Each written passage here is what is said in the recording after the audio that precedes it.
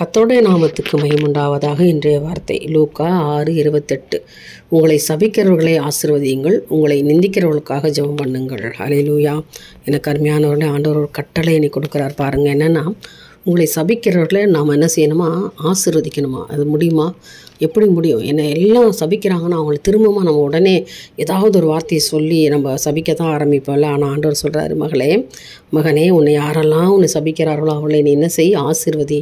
அப்பா ஆண்டவரே, அவளை ஆசீர்வாதமாக வைங்கப்பா அப்படின்னு சொல்லி ஒரு வார்த்தை சொல்லுங்களேன். அது மாத்திரமல்ல, உங்களை நிந்திக்கிறவங்களுக்காக ஜெபம் பண்ணுங்கள். உங்களை அவமானப்படுத்துகிறவங்க, உங்களை கேவலப்படுத்துகிறவங்க, உங்களை துக்கப்படுத்துகிறவங்க, உங்களை கஷ்டப்படுத்துகிறவங்களுக்காக நம்ம என்ன செய்யணுமா? ஜெபிக்க வேண்டுமா?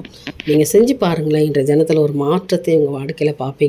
கர்த்தர் சொல்லுகிற வார்த்தையை கீழ்ப்படிந்து இன்றைய தினத்தில் இந்த வசனத்தின்படி நீங்கள் செய்வீங்கன்னு சொன்னால் நிச்சயமாக ஒரு மாற்றத்தை உங்களால் உணர முடியும். கர்த்தர் கண்டிப்பாக உங்களை ஆசீர்வதிக்கிற தேவனாக இருக்கார். அதனால் உங்களை நிந்திக்கிறவர்களுக்காக ஜெபம் பண்ணுங்கள். யாரெல்லாம் உங்களை அவமானப்படுத்துகிறாங்க அவங்கள எல்லாருடைய பேர்களையும் சொல்லி ஜெபம் பண்ணுங்கள். ஆண்டவரே, அவளை ஆசீர்வதிங்கப்பா, நீங்கள் அவங்கள ஆசீர்வதிங்க ஆண்டவரேன்னு சொல்லி ஜெபம் பண்ணுங்கள். உங்கள் வாழ்க்கையில் ஒரு மிகப்பெரிய அதிசயத்தை நீங்கள் காண்பீங்க, ஒரு ஆசீர்வாதத்தை பார்ப்பீங்க. நிச்சயமாக கர்த்தர் செய்வார். என் தேவனுக்கே மகிமை உண்டாகட்டும். ஆமென்.